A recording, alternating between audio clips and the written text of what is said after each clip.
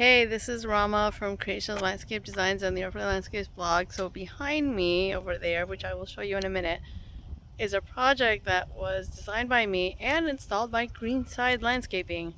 And this is for the Irvine Ranch Water District turf rebate program that the homeowner is participating in.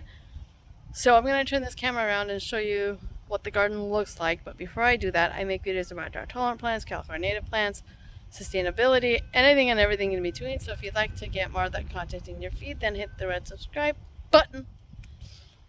And I will have a link to my business information in the description of the video. All right, let's do this.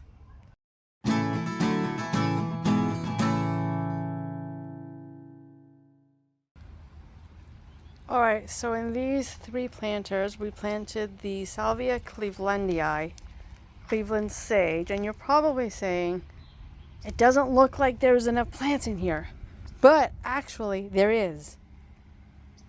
So the Cleveland sage, this particular variety, gets about 5 to 6 feet tall and wide. So it's definitely going to fill in this planter really beautifully, and it will get to a point where if we had planted other stuff here, they would have essentially died by being crowded by the Cleveland sage. So we're gonna go here. Now in here we have some sundrops, some Spanish lavender, some Yankee Point ceanothus, a desert museum Palo Verde, and 3 Cleveland sage on the slope, which again will get just beautifully tall and wide to fill out that slope. There was previously English ivy on the slope, so that might slightly come back. I mean,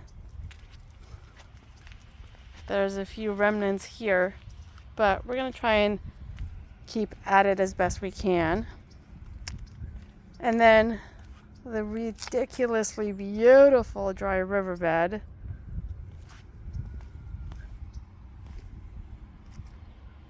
I mean, and this homeowner did partake in the Irvine Ranch Water District turf rebate program.